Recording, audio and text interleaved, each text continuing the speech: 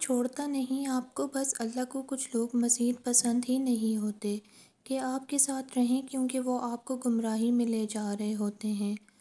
ایسوں کے لیے خود کو مزید پریشان نہیں کرنا چاہیے، بلکہ اللہ کا شکریہ ادا کرنا چاہیے کہ اس نے رسوائی اور امتحان اور آزمائش سے بچا لیا۔ بس سب کی ہدایت کی دعا کرنی چاہیے۔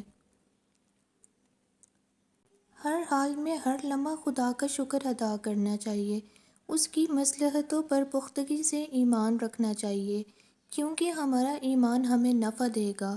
اس کی قدرتوں کے انکار سے رب العزت کے خزانے میں نہ تو کمی آئے گی اور نہ ہی ہمارے شکر سے زیادتی ہوگی، کیونکہ وہ کسی کا محتاج نہیں ہے۔ ہماری شکر گزاری ہمیں نفع دے گی۔ ہر مسلمان کو امتحان کے لیے تیار رہنا چاہیے۔ جس طرح دوسروں کے معاملے میں لوگ اصول پرستی اپناتے ہیں، خود اپنے ہی اصولوں کو اپنی ذات پر لاگو نہیں کر پاتے۔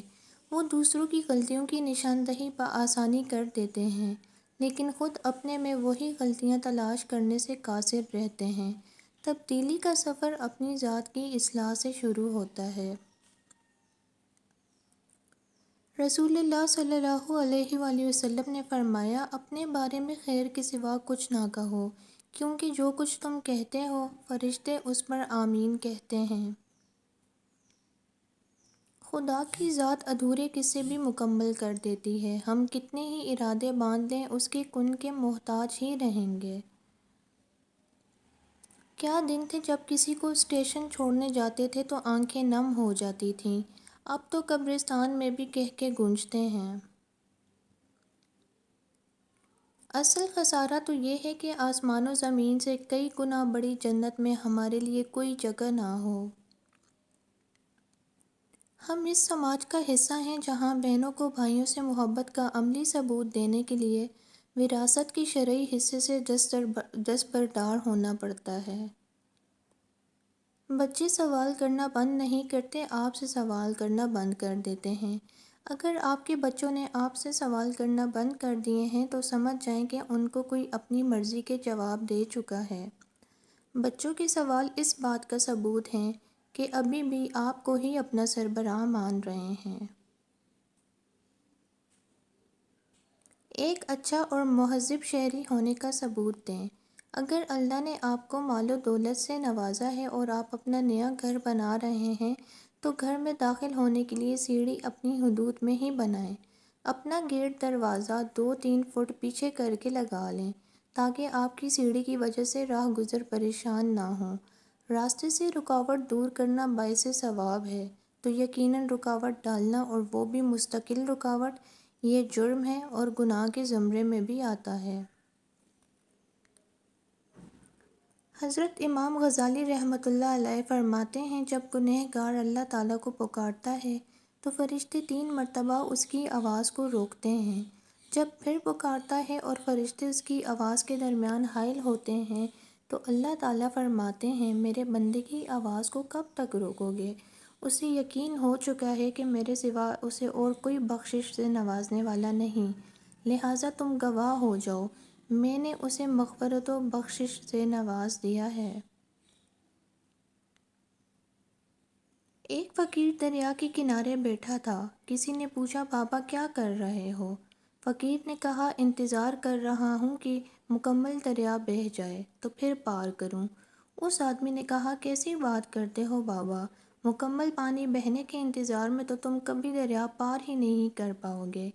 فقیر نے کہا، یہی تو میں تم لوگوں کو سمجھانا چاہتا ہوں کہ تم لوگ جو ہمیشہ یہ کہتے رہتے ہو کہ ایک بار گھر کی ذمہ داریاں پوری ہو جائیں تو پھر نماز پڑھ لوں گا، داڑھی رکھوں گا، حج کروں گا، خدمت کروں گا، جیسے دریا کا پانی ختم نہیں ہوگا، ہمیں اس سے پانی ہی پار جانے کا راستہ بنانا ہے، اسی طرح زندگی ختم ہو جائے گی پر زندگی کے کام اور ذمہ داری کبھی ختم نہیں ہوں گے۔ گدھا ایک بے ضرر حیوان ہے جس نے سماج کی بے مثال خدمت کی ہے۔ شیر ایک وحشی درندہ ہے جس نے ہمیشہ انسان کو نقصان سے دوچار کر کے قتل و زخمی کیا ہے۔ پھر بھی سماج میں گدھے کو نیچ اور شیر کو باعث فخر سمجھا جاتا ہے۔ ہمارا معاشرہ ایک طاقتور جابر ظالم کی قدر اور کمزور و محکوم کی تذلیل کرتا ہے، جو ایک بیمار معاشرے کی خوبی ہے۔ کبھی کبھی انسان ایک چھوٹی سی چوٹ پر، ذرا سی تکلیف پر بری طرح ٹوٹ کر رو دیتا ہے۔ دیکھنے والے طنز کرتے ہیں کہ اتنے سے درد پر بھی کوئی روتا ہے، لیکن وہ یہ نہیں جانتے کہ یہ رکنے والے آنسو بظاہر نظر آنے والی اس چوٹ کے نہیں، بلکہ اندر کے اس درد کے ہیں جو انسان کسی سے کہہ نہیں پاتا، اس تکلیف کے ہیں جو انسان کو اکیلے سہنی پڑتی ہے۔ اس میں کچھ شک نہیں کہ قرآن کے نزول کا سب سے بڑا مقصد مردوں کی بخشش ہی ہے، تاہم اس سے جس مردے کی بخشش ہونی ہے وہ اور کوئی نہیں، ہم خود ہیں، بشرط یہ کہ ہم نے اپنی مہلت حیات میں اسے پڑھا ہو اور سمجھا ہو اور اس پر عمل کیا ہو۔ اور پتہ ہے رب کی خوبصورت صفت کیا ہے؟ جب ہم غفلتوں کے ٹوکرے اٹھا کر اس کے در پہ جاتے ہیں تو وہ رد نہیں کرتا، پھٹکار نہیں دیتا، پچھلی توبہ یاد نہیں کرواتا، بھگا نہیں دیتا۔ وہ تو دل دیکھتا ہے، نیتوں کو پڑھتا ہے، ندامت کو دیکھتا ہے، بندگی کو بھانپ لیتا ہے، دل میں سکون اتارتا ہے، معاف کر دیتا ہے۔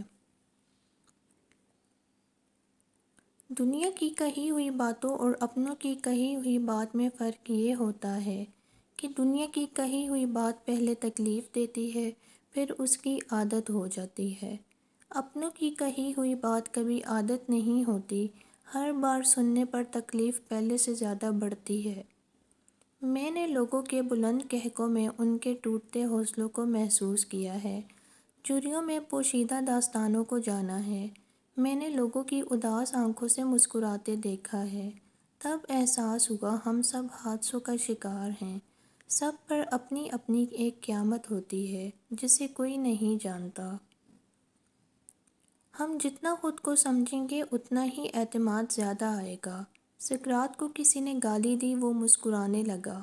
کسی نے کہا کہ تمہیں شرم نہیں آتی کہ کوئی تمہیں گالی دیتا ہے اور تم مسکراتے ہو؟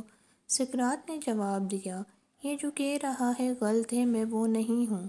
جس کو اپنا پتہ ہوتا ہے اس میں کنٹرول ہوتا ہے، اسے پتہ ہوتا ہے کہ میں کسی کے برا کہنے سے برا نہیں ہو جاؤں گا۔ جب ہماری موجودگی میں ہماری کوئی قدر نہیں کرتا تو اس سے دور اس آرزو میں چلے جانا کہ اب شاید ایسے ہماری قدر ہو جائے گی، ایسا کرنا بالکل ایسا ہی ہے جیسے سوکھی لکڑیوں پہ پانی بہا کے آگ جلانے کی کوشش کرتے رہنا۔